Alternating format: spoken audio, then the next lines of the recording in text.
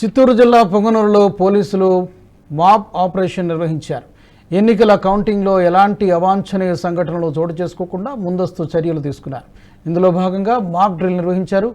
జిల్లాలో సమస్యాత్మక ప్రాంతాల్లో మాబ్ ఆపరేషన్ నిర్వహిస్తామని జిల్లా ఎస్పీ మణికంఠ చందోలు తెలిపారు. ఎన్నికల ఫలితాలు వెలువడిన అనంతరం సంబరాలపై నిషేధం విధించారు. ఎన్నికల కౌంటింగ్ అనంతరం కూడా 144 సెక్షన్ కొనసాగుతుందని, అవాంఛనీయ సంఘటనలకు పాల్పడితే కఠిన చర్యలు తప్పవని జిల్లా ఎస్పీ మణికంఠ హెచ్చరించారు.